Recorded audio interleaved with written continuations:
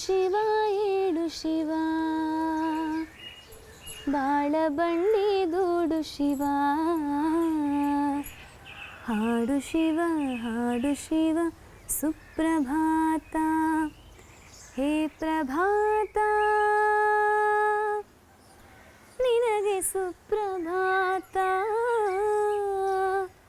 ಶರಣು ಶರಣು ಶರಣು. ಸವಿತಾ, ನೀನ್ ಎಂತದ ಆಗಿನಿಂದ ರಂಗೋಲಿ ಯಾಕೆ ಆಗಿಲ್ಯಾ?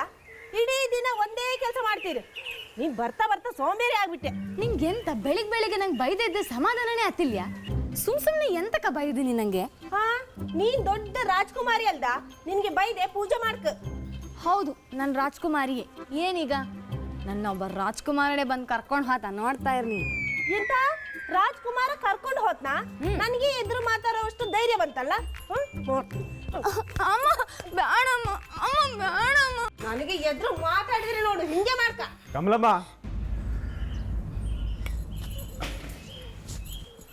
ಏನ್ ಮಾಡ್ತಿದ್ಯಾ ನೀನು? ಏನಿಲ್ಲ ದಣಿಗಳೇ, ಅವಳು ನನಗೆ ಎದುರು ಮಾತಾಡಿದ್ಲು, ಅದಕ್ಕೆ ಒಂದು ಬಿಟ್ಟೆ. ಅಲ್ಲ ಕಮಲಮ್ಮ, ವಯಸ್ಸಿಗೆ ಬಂದ ಮಕ್ಳ ಮೇಲೆ ಹಾಗೆ ಕೈ ಮಾಡೋದು?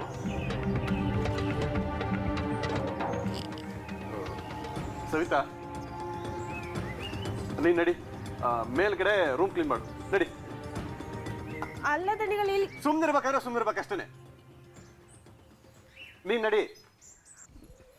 ನಡಿ. ತಗ, ನೀನೇ ಮಾಡಲ್ಲ.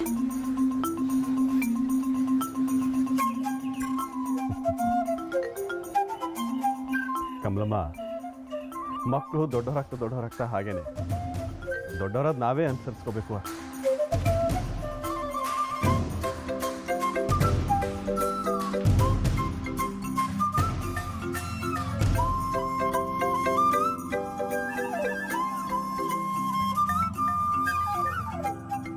ಇವಳು ಅರ್ಧಂಬರ್ಧ ಕೆಲಸ ಮಾಡುದು, ನಾನು ಅದನ್ನ ಪೂರ್ತಿ ಮಾಡ್ಕ. ಇವರೊಬ್ರು ಎಲ್ಲಿ ಹೋದ್ರೋ ಬೆಳಿಗ್ಗೆ ಇನ್ನೂ ಚಾ ಕುಡಿಯಕ್ ಬರ್ಲಿ. ಎಲ್ಲ ನನ್ನ ಕರ್ಮ.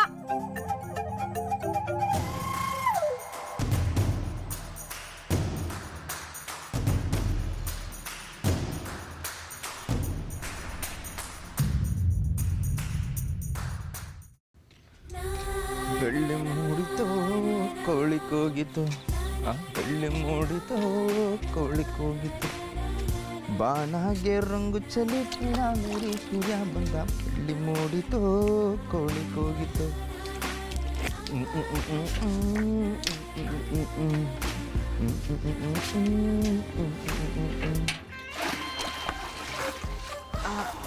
ಭುವನ್, ಒಂದು ನಿಮಿಷ. ಅದು ನಿನ್ನೆ ರಾತ್ರಿ ಮಾತ್ರ ಒಳ್ಳೆ ನಿದ್ದೆ ಅಪ್ಪ. ಭುವನ್, ಒಂದು ನಿಮಿಷ ನನ್ನ ಮಾತನ್ನು ಕೇಳಿ.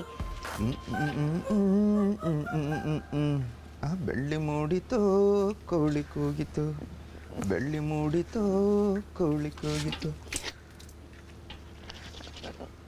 ನೋಡಿ, ನೀವದೇನು ಅಂದ್ಕೊಂಡ್ರೋ ಏನೋ, ಅದ್ರಲ್ಲಿ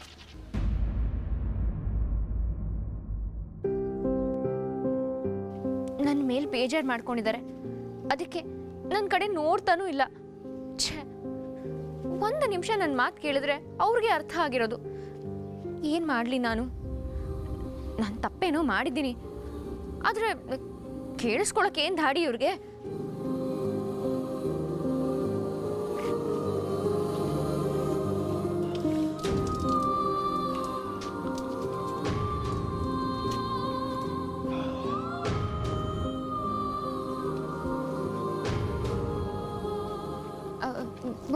ಭುವನ್, ಪ್ಲೀಸ್ ಒಂದು